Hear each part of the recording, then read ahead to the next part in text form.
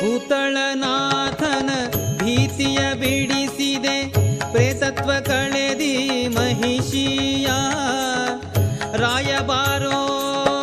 ಪ್ರೇತತ್ವ ಕಳೆದಿ ಮಹಿಷಿಯ ಮಹಾಮಹಿಮ Jagannath